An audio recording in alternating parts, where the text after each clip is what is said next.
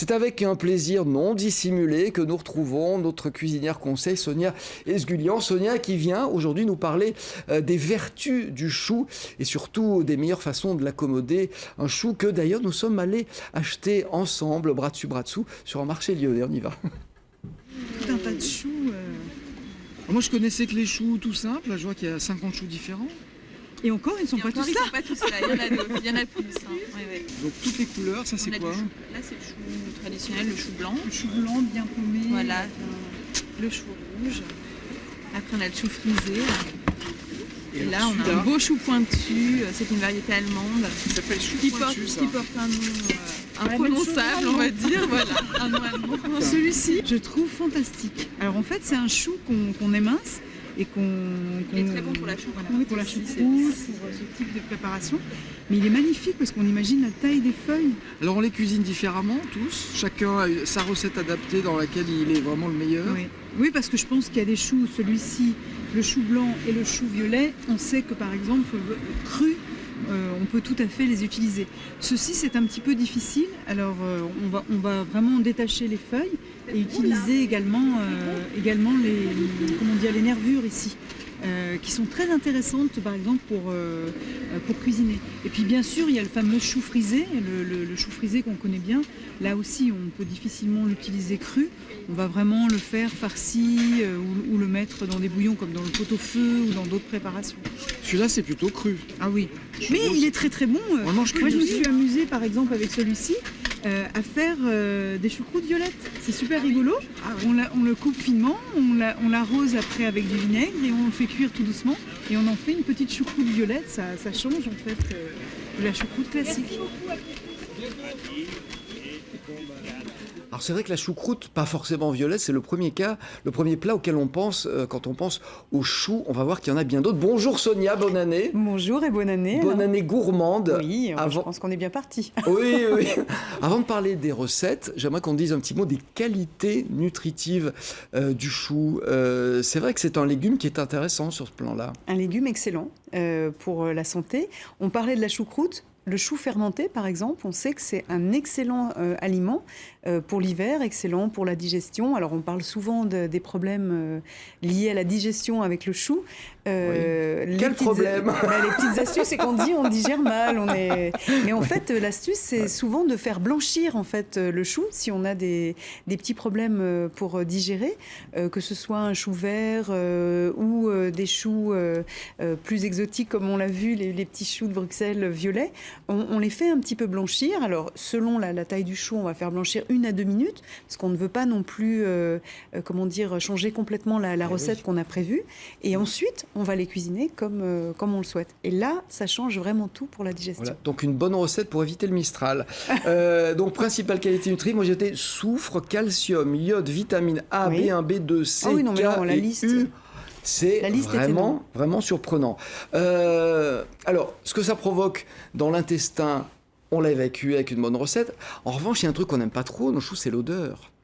Alors l'odeur, c'est un problème, un petit problème ménager. C'est vrai que c'est pas agréable. Surtout, par exemple, on parle beaucoup du chou-fleur. Le chou-fleur, c'est vrai quand on veut faire, par exemple, un gratin de chou-fleur à la béchamel, ça c'est une recette préférée que me fait ma maman. Donc c'est vraiment assez terrifiant l'odeur dans la cuisine. Eh bien, il y a une astuce très simple. On prend un petit croûteau de pain sec et on va planter un clou de girofle. Et ça, on va le mettre dans la casserole. Vraiment. Ça tasse, ça plombe un peu le goût. En fait, on va avoir beaucoup plus un goût épicé que ce goût très fort du chou-fleur. Et on fait la même chose si on a besoin, par exemple, de faire un chou farci, qu'on veut blanchir les feuilles. Eh bien, on fait la même chose et on a une odeur plus agréable, épicée dans la cuisine. Voilà, parce qu'on l'a dit, c'est un légume de saison, donc c'est pas la période où on ouvre grand les fenêtres pour aérer. Donc il est important d'avoir une mauvaise odeur. C'est excellent pour la santé aussi d'ouvrir les fenêtres, mais c'est vrai que si ça peut sentir bon dans la cuisine, c'est bien. C'est pas plus mal. Il existe de très nombreuses variétés, on l'a vu là sur le marché. C'est pour ça qu'on peut manger du chou tous les jours. On en trouve toujours 2 dans le commerce à peine. Mais parce qu'il faut aller sur les marchés. Moi, je milite, quand on aime la cuisine, on va faire le marché et puis surtout, on fait des marchés différents. souvent on me dit quel est ton marché préféré. En fait, j'ai pas de marché préféré.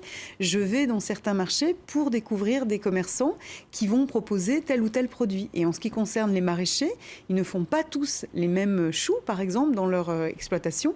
Et il m'arrive d'aller au marché Tête d'Or, au marché aux Gagneurs, sur la Croix-Rousse, pour trouver des commerçants qui proposent tel ou tel chou. Alors là, on a eu de la chance parce que celui qu'on est allé visiter propose énormément de choux, que ce soit par exemple des petits choux Bruxelles verts, mais aussi des petits choux Bruxelles violets qui sont absolument délicieux et très très jolis en présentation. Je ne sais pas si vous vous souvenez, le chou, un extraordinaire chou pointu. Qui a un nom allemand. Oh, comme ça, le chou cabu. Voilà. Je ne prononce pas avec l'accent allemand, peut-être, je ne sais pas comment on le dit exactement, mais qui est un chou incroyable, avec des feuilles, je ne sais pas, la dernière fois qu'on a pesé un chou sur l'étal, il faisait 6,5 kg, vous imaginez? Non, vous avez de quoi nourrir une famille. Beau. Et c'est un chou qu'on utilise beaucoup pour la choucroute, mais on peut l'utiliser de plein de façons différentes, on peut l'émincer, farcir les feuilles, etc. Alors justement, quand on pense au chou, on pense à choucroute, et puis le manger cru avec de la mayonnaise ou avec une petite sauce à l'apéritif. Il y a bien d'autres façons de consommer le chou. La mayonnaise, quelle drôle d'idée. Alors on avait dit que le chou, c'était on a dit que le chou c'était bon pour la santé, mais une il faut sauce faire au yaourt. aussi quelques petits. On n'est pas obligé de faire qu'une sauce au yaourt. On peut manger très bon, très équilibré et très gourmand sans que ça fasse diététique intégriste. Alors justement, comment est-ce qu'on mange le chou cru à votre façon, c'est-à-dire forcément qu'on va se régaler, qu'on va être surpris. Alors justement, on met beaucoup de goût.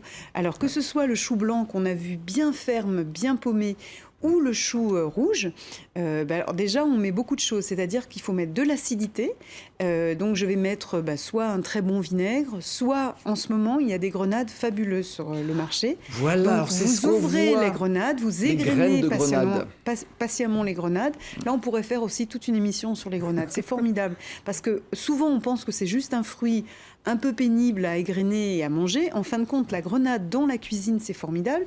Cette grenade, comme on le voit sur l'image en ce moment, je vais en mettre plein de grains dans le chou que j'ai bien émincé finement. Ce qui est important aussi, c'est de mettre du goût, soit du réfort, soit de la moutarde, soit du piment. En fait, des choses relevées. Il faut relever cette salade et on va mettre tout un tas de saveurs. Alors, soit des herbes aromatiques, soit quand on achète le céleri, les toutes petites sommités jaunes qui sont croquantes, vraiment parfumées. Et là, on va bien assaisonner. Alors, on pense à quelque chose, c'est que le chou, c'est pas comme la salade. On va l'assaisonner une demi-heure avant de manger parce qu'il faut vraiment que la vinaigrette ait le temps de bien pénétrer le chou et un tout petit peu ramollir le chou blanc ou le chou violet. Effectivement, c'est pas comme la salade, les feuilles sont bien plus dures et donc la salade, on l'assaisonne au dernier moment et on la déguste. Là, le chou, on s'y prend une petite demi-heure à l'avance et on aura un chou très moelleux. Juste une petite parenthèse sur mes grenades. En fait, quand je fais du chou farci, donc je blanchis mes feuilles de chou vert, je fais une farce de viande et je n'oublie pas de mettre un petit peu de gras dans cette farce de viande parce que c'est important pour que ça soit très moelleux. Je fais un jus de viande et j'ajoute dans son jus de viande plein de petites graines de grenade. Pourquoi ? Parce que cette acidité, d'abord, c'est très bon pour la digestion, et en plus, l'acidité avec le chou, c'est absolument délicieux, ça fait un très joli mariage. Oui. Donc, mettez quelques graines au dernier moment, 10 minutes avant la fin de la cuisson de vos petits choux farcis, dans le jus de viande.